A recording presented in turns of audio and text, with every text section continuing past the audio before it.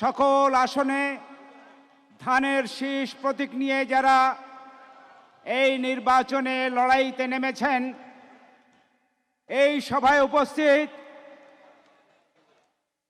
গতিশীল রাষ্ট্র আন্তর্জাতিক বিশ্ববাসী, আজকে আপনারা যার জন্য অপেক্ষা উপস্থাপন করবেন। আমরা আশা করছি এই পরিস্থিতিতে বাংলাদেশের বর্তমানে যে বিনিয়োগ অবস্থা, অর্থাৎ দেশি এবং বিদেশি বিনিয়োগকারীরা বাংলাদেশে এখনো পর্যন্ত বিনিয়োগের অবস্থা এখনো পর্যন্ত পজিটিভলি দেখছেন না, সেটা ইনশাআল্লাহ পরিবর্তিত হবে।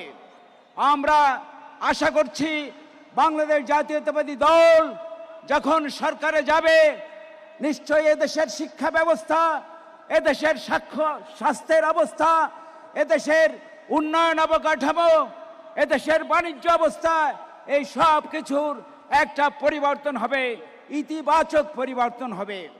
সেই পরিবর্তনের আশায় সারা বাংলাদেশের মানুষ বসে আছে। আমরা চাই এদেশে আবার জাতীয়তাবাদী দলে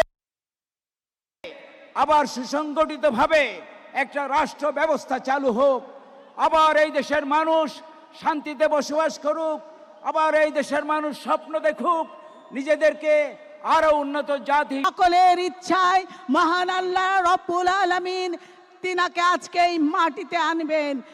আমরা খুলনাবাসী এটা স্পষ্ট জানি এই মাটি কত পবিত্র, এখান থেকে জয়ের সূচনা হবে। তিনি আমাদেরকে অনেকগুলো ফ্ল্যাগ উপহার দিবেন, তিনি আমাদেরকে বাংলাদেশের উন্নয়নের জন্য ভাগিদার করবেন।